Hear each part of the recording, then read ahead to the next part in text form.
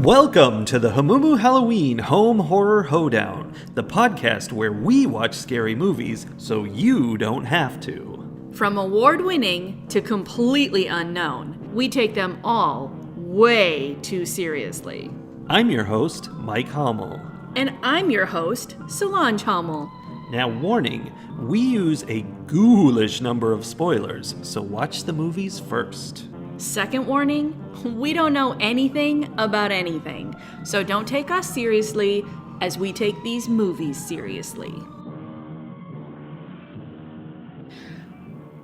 So here's how I know that this was a good film. I have 2 whole pages of notes on it. Didn't you have tons of pages on something else we watched? I don't remember which one. Okay. But it was like a 1. I don't need you to be pointing out the flaws in my logic right now. Okay. Because yes, I had a page and a half of notes on Outwaters.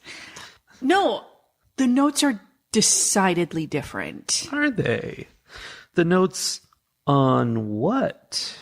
The notes that I have on Brightwood from 2022 are significantly more interesting than the ones I had for the previous movie.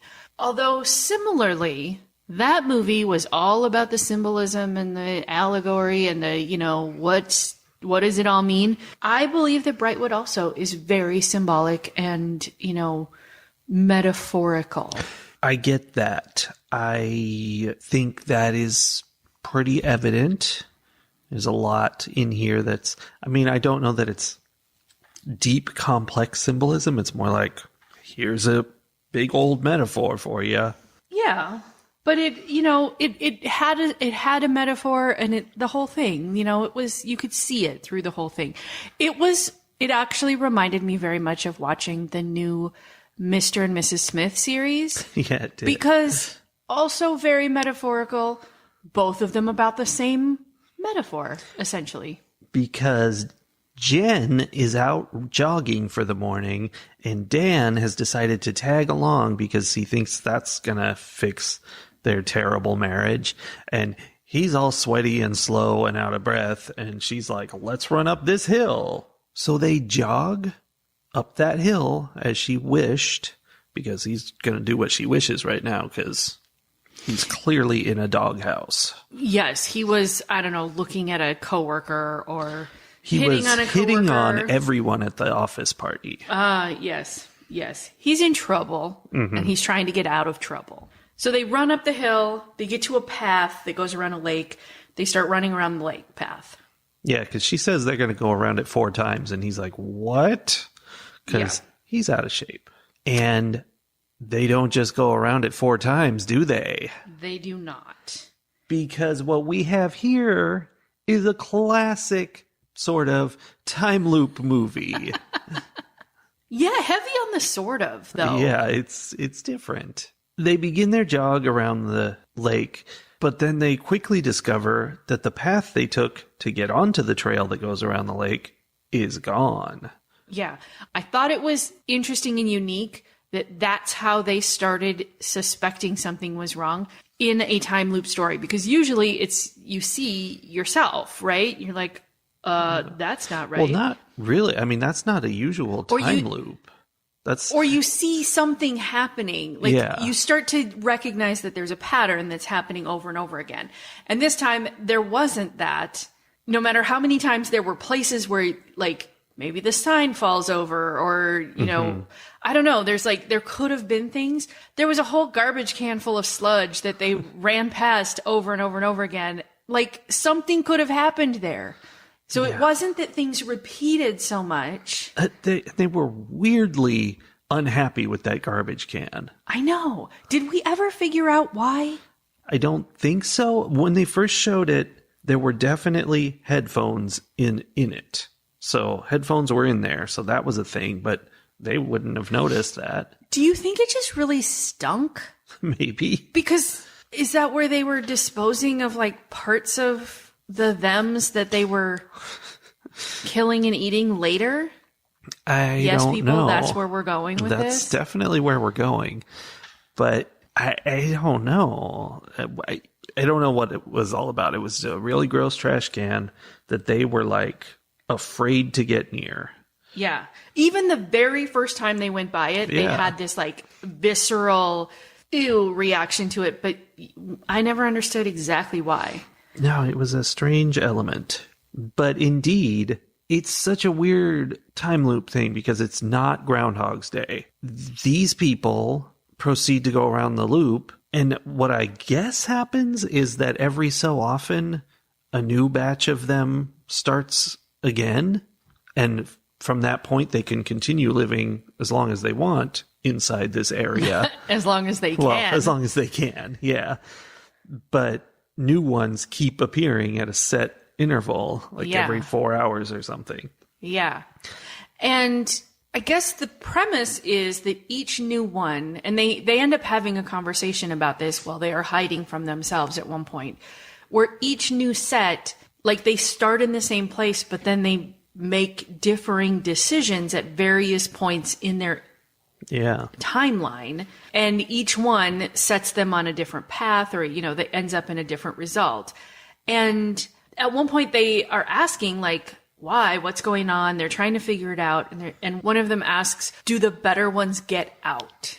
Yeah. So they're like, is there a way for us to escape this by becoming better people, which is the Groundhog's Day piece, right? But it doesn't seem either that's not how it works, or they just never got better. Actively incapable of becoming better people. Which is definitely possible from what we saw. They're not the greatest. No. And so those two factors, the fact that new ones show up every few hours or once a day, I don't know, however often it is, and the fact that they can stay there and live there as long as they're capable of, means, third factor. Mm-hmm. Third factor being that based on their decisions, they, branch off into different behaviors. Mm-hmm.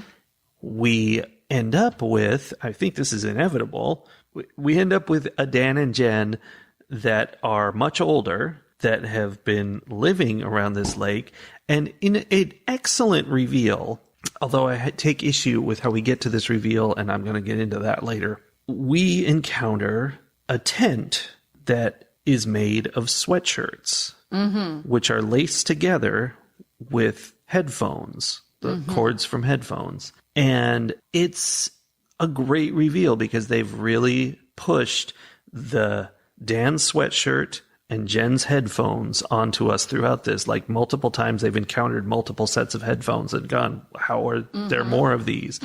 And we've already encountered a situation where they end up killing one of the Dans to take his sweatshirt because Jen's getting a sunburn because the sun is in the same position all the time and you're always getting sunburned.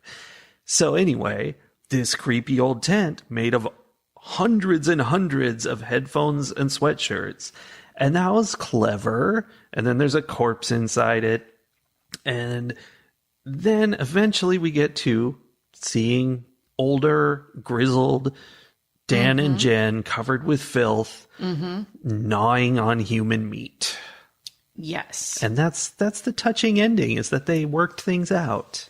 Right. I mean, yes, at the end, they have found some kind of balance and peace in their relationship in this trapped time space, frozen time place that they are in, which is not frozen for them, but they can't get out of.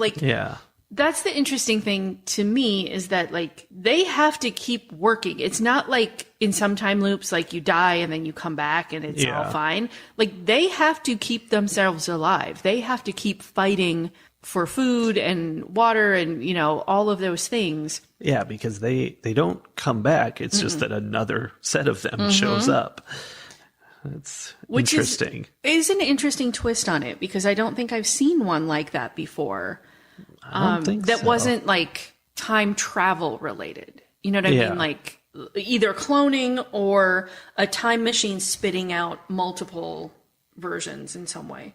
Yeah, so they come to a place where they're successful, I guess, and have patched up their relationship. What I don't understand is, why are they covered in filth? There's a lake right there. There is a lake, but they're just, they're They're filth people. Also, with all the sweatshirts that they're getting, you would think that they could just put on the new sweatshirt and use the previous sweatshirt to build tents and do whatever. Like, why are they wearing the same sweatshirts they were wearing 14 years ago? I mean, they might not be the same sweatshirts, but they're definitely not recently acquired ones. And I mean, I guess it made it more horrific for sure. Like, it was grosser to look at with them being covered in filth and viscera and whatever. But it didn't make logical sense to me. I'm like, I don't think that these people would continue to live in filth forever. So, these filthy people, that brings us to one of the earlier issues. One of the things they encounter as they're sort of more normally going around the lake. I mean, they're already freaked out, but, you know, they're just getting started. Someone in the distance yells, "Run!" And they're like, what is that? And eventually they meet the guy who yells, "Run." What's his deal? They meet a guy who yells, "Run." Right. It was Dan. It was Dan.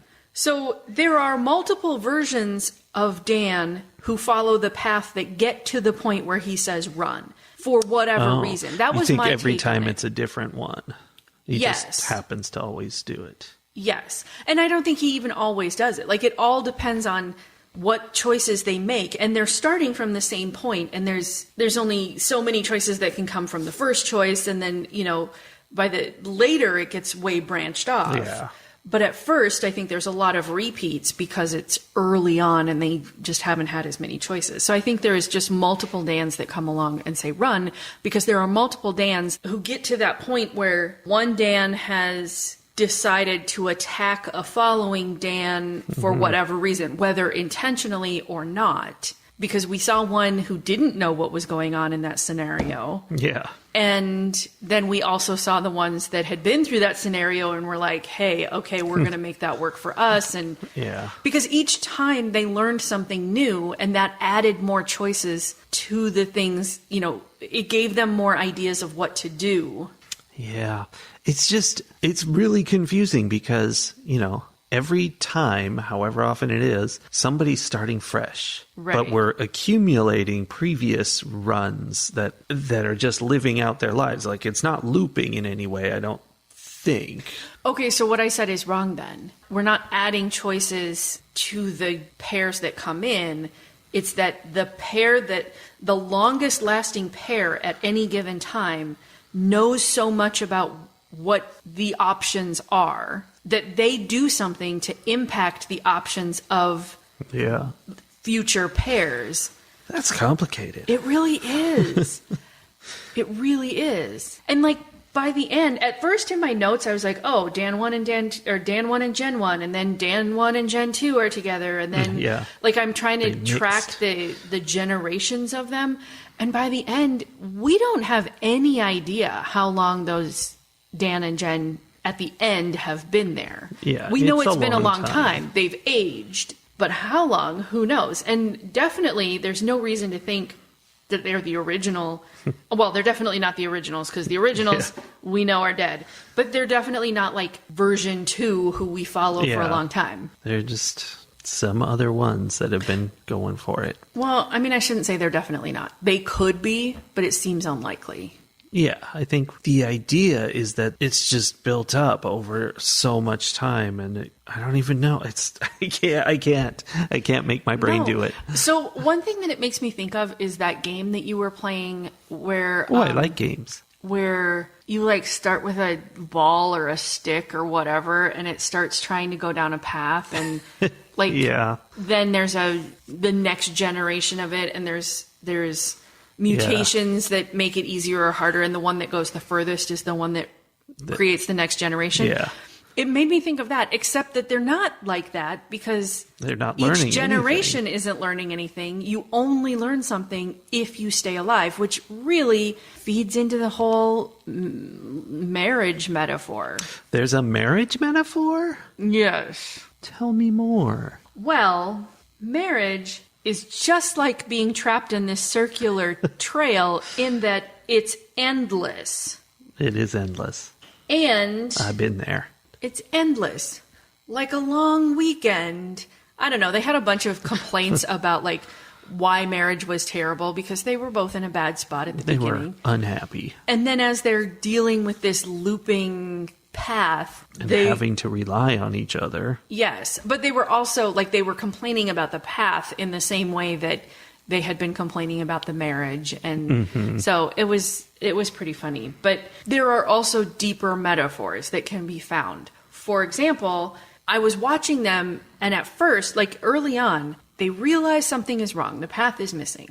They're trying to come up with all of these reasons why this could be happening. Yeah. They're trying to come up with a logical explanation for their situation. But each time they try to do something logical and it doesn't work, they get like increasingly irrational about how to solve their problem or about what could be going on. And like they just come up with insane ideas about why they are trapped in this loop. And it made me think about like the problem solving that comes into relationships, and like you try to solve a problem and it doesn't work, and then you're like, okay, well, I have to try something else. And especially when things are going badly and you're not working together and you're like working against each other, getting more and more irrational about how you're interacting. I just thought that there was something there. And what's fun is later on, as the later it's not because they're later generations, but just, you know, in so many generations, there's chances for every possibility. So anyway, we meet later versions of them that are happily working together and are doing great together in the form of teaming up to murder other versions of themselves. Yes. Yes. Which is nice. They definitely seemed to bond strongly over the whole let's kill something kind of thing. I mean, they didn't have a lot of choice. They were trapped there, and there didn't seem to be like animals. There was nothing else for them to eat. So you know what they gotta eat. Yeah, it's the only option. It's interesting that at no point that we saw anyway did they ever start to form a community. Like, sit there at the entrance, wait for new people to come and be like, look, we're you, this is weird, we're trapped, let's work together, let's be a team. Yeah, I hadn't even thought about that, but there were whole swaths of possible solutions that they didn't even consider. And what would be real messed up about that is eventually they'd get like, 10 people or so, and then they'd be like, okay, now there's enough of us. Next group that comes is our dinner. And they just keep doing that. Yeah. Although I don't know. I mean, I guess they could have tried like cutting down the trees and stuff, but I don't know that there was a lot of resources there to sustain any kind of community. Like, everything was so stagnant. Like, if they had used up resources like trees or water, I mean, I guess they had to have been drinking water, but if they had used up resources, would those resources have come back at any point? That is interesting. I feel like this movie does not address those kinds of issues because it's, allegory. It doesn't care about the physics of it. Right. Although my guess would be no, because I don't think those trees or anything else in that space was growing. No. Because the sun didn't move. Yeah, no time was passing.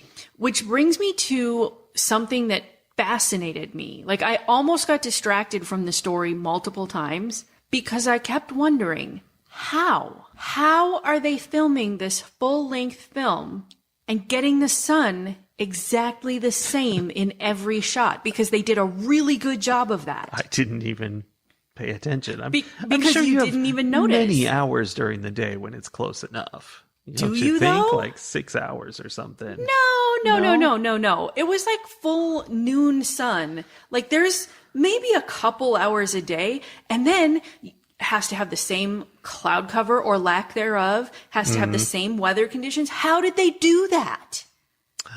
Time loop. Oh, I just thought of a very simple solution. Time loop? No. That maybe it was a set and they weren't in the real world at all. I don't think it was. No, in fact, I looked in some info for this. It was a very low budget movie, so it was filmed at some actual lake that you can go to. It is what it is. Huh. Does the sun move at that lake? No. It's caught in a permanent time loop. Yeah. Is it because of the alien time altering device? Yes. And that's something they kind of glossed over, but it was there. I almost feel like that was a joke. Yeah. Because at the beginning, she, one of her irrational, like, I'm just trying to come up with solutions is like, maybe it's some kind of alien time altering device. And then it's not until way, way later that one of the iterations of her stumbles across some weird device. And then that's it. There's nothing. Well, she gets clubbed over the head. Right. There's no version of them that destroys that device and escapes or anything, which maybe, again, there's metaphor there. They've trauma bonded in their relationship to the point where they're just going through the motions, and which might be why they didn't ever think of like, hey, maybe we can create a community or something. They're just going through the motions of keeping themselves alive, keeping their relationship alive, and they're not even noticing that there's relevant information nearby that might help them actually like accomplish what they're trying to accomplish. I mean, I feel like someone tried to destroy that and, discovered that it's indestructible because, of course, aliens. I mean, it's very possible. Speaking of things that were just spotted as surprisingly, there are multiple scenes in this movie that really bugged me, and they were in the form of, oh, what's that over there? And the camera would point over there for a long time. And I felt like I was supposed to be going, what is that? But all I could see was just trees. And I'm like, I don't see anything. And even the one time was when they found the tent where it really followed it and it zoomed in on it. And it was there. It was in the shot, but it was not clear enough that I couldn't see it at all until way at the end when they were finally right on it. And there was like a rock in that scene. And I'm like, is that it? What is that? What's going on? Finally, it's like, oh, it's a tent. I get it. But it just looked like some part of a tree for most of the scene. That's something they did wrong somehow. Like, they really needed to highlight the things we were seeing. Like, if they could have just drawn a box around them, or maybe an arrow pointing at them. An arrow? Yeah. Ooh, maybe a very small circle of light coming from a pocket mag light. Yeah, that would have been nice if the rest of it was pitch black and there was just a little mag light pointing at it. That's filmmaking. That is filmmaking. One thing I do want to say, though, is that I think about stabbing you in the neck all the time. Isn't that marriage? That's marriage. Related to that is I believe you are the one who said this at the end of the movie, but I do feel like it was largely the takeaway from the movie is that marriage is becoming feral together. Yes, it is. Yeah. And that's clearly what this movie was about. Yeah.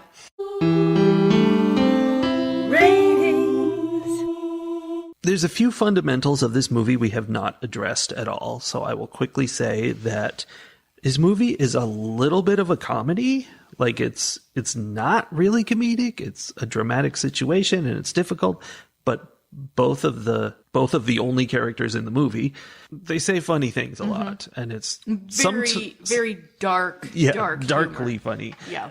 Sometimes it's really funny. Like, I think about stabbing you in the neck all the time. That was funny. But the second thing is that this is a low-budget movie, and it looks like it, and it does not have the acting and quality to it. Like, it kind of feels a little like a play, even though it's clearly out in the woods. Like, it's, I don't know, it's a little melodramatic and stuff, too. Oh, yeah, it does kind of have that, like, two-person performance kind of, we're playing all the parts. They were. In this town kind of vibe to it. Yeah. Yeah. So, like, those things, not the comedy thing, but the quality thing, make it kind of, not really good. Like, oh, that's not very good. But it was very enjoyable the whole time. I was completely interested and amused by the funny bits and wondering what's going on and satisfied with how it worked out and how it, resolved all the complexity of what was going on and the mystery. So I really think it was a very fun movie that I really enjoyed, despite, not being really necessarily well put together on a technical level. So I'm going to give this one 4 branches with leaves. I think it was worth watching. I would recommend it. It's very interesting.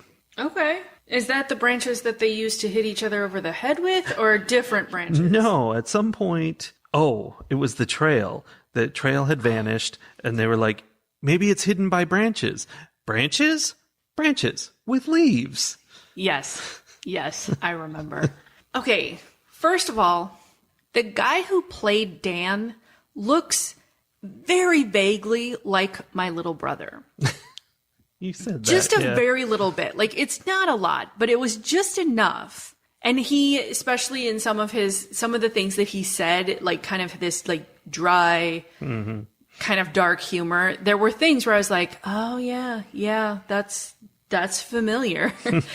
And it was just enough that in the whole like Dan versus Jen saga, I was on Dan's side most of the time. I think I was on Jen's side most of the time. I think they're both terrible people. Yeah, they really are. I don't think I really, really was on either of their sides. I think depending on what generation of them, one was worse than the other, whatever. But often when it was, just kind of, they were just being sort of neutral or the same in how they were behaving, I definitely was like, why are you being so mean to Dan? Because he was triggering like my big sister energy. So I think that was interesting. It's because he was a beanbag. That's why she was being mean. Yeah, he was being a beanbag. And she was too. Like, they were just terrible people. Honestly, the world is probably better off because they got trapped in this time loop. Just keep them in there. Yeah. So that was just like a weird aside for the movie. But I agree with you that it has sort of this low budget feel, but it was in a way that did not bother me at all. Like, I liked it. I liked that it's not found footage, but it felt sort of found footagey. Yeah. And for what it was, it felt well done. And the humor, everything about it just worked for me, especially when I kept thinking about it in terms of like, oh, this is what marriage is. And it was, this kind of sarcastic look at what it is to be in a long-term relationship. I liked one of the quotes that I wrote down is at one point they're having this whole long discussion. I think it was when like version 2 of each of them were hiding in the bushes from version 3. And they were talking about like, is good decisions, bad decisions, like what can we do, blah, blah, blah. And at one point, I think Jen says to Dan, I don't know if I'd know what to do without you. And she was talking about the situation that they were in. She's like, I don't know, like, if you weren't here, I don't know if I'd be, I wouldn't be able to survive because of what's happening around me. But that is a thing that happens when you're in a long-term relationship where you really rely on the other person. And I have experienced that feeling like a couple of times in the last, 6 months or so, where there's times where, you are on a trip and I'm at home, or you're sick and I am suddenly like doing all the things at home. Yeah. And I realize like there's too much. Like, we have built a world, a life that requires two people to function in it. And if one of those two people is out of commission, like, things don't get done because there's just not enough. There's not enough of one person. And there's this, I don't want to say codependence because that sounds really negative, but so true. It is. It's like a codependence that's built on this like long-term relationship that I don't think you necessarily feel until later on. Like, we have been together for 24 years now. Mm-hmm. And I mean, I'm sure there were elements of that, and we certainly were emotionally codependent very early on. But I think like just that entwined and meshed life space is a thing that happens when you are with someone. And not even marriage necessarily, but when you share a life with one other person or the same other people for a long enough period of time. Yeah, I can see that. I don't know. It was interesting to think about what relationships are while also watching this movie that was very darkly making fun of relationships and like going, yeah, are they great? Or are we just becoming feral together? Yeah, I don't know. By a single person. Probably not, though. No, I mean, I feel like it demonstrated such an understanding of what it's like to be in a long-term relationship and have, like, to be angry at someone and still know that your life is entwined with them in that way. But you've never been angry. Of course at not. This someone. Of course not. We have been together for 24 years, and every single hour of that 24 years has been nothing but bliss. That's good. Yeah.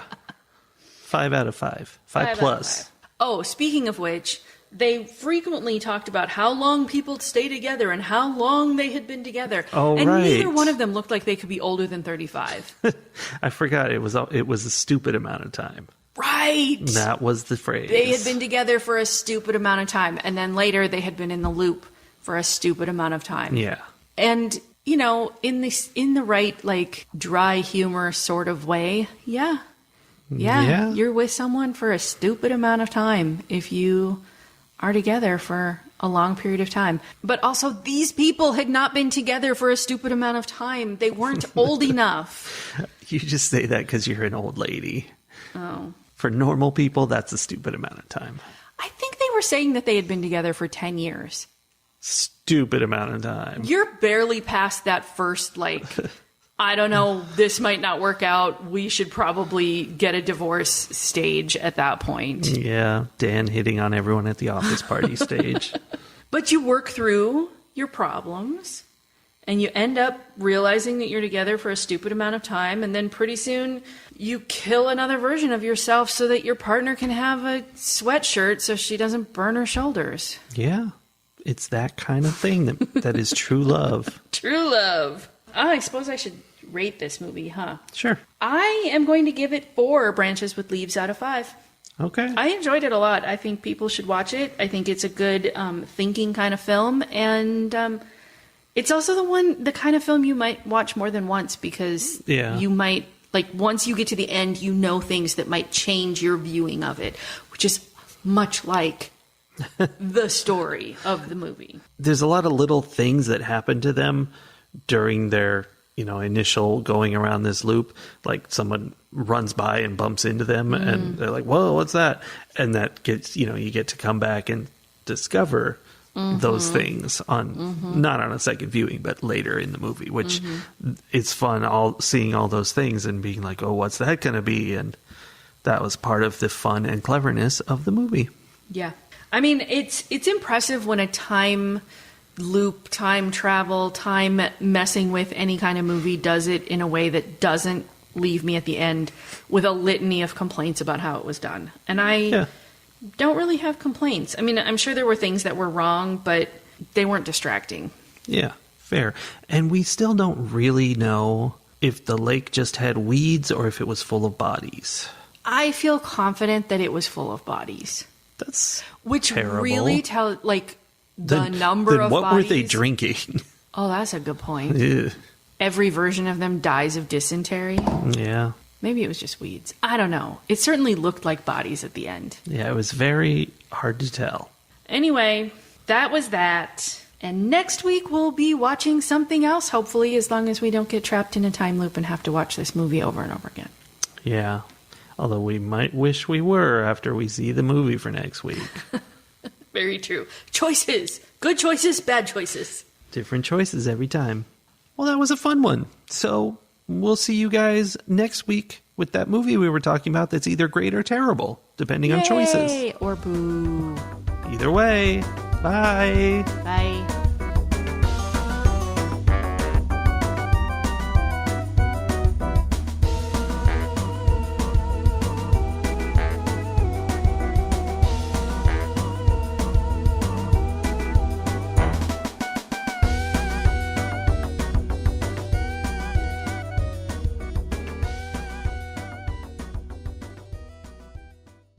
I don't know. No, go for it. No rules. No rules. No rules.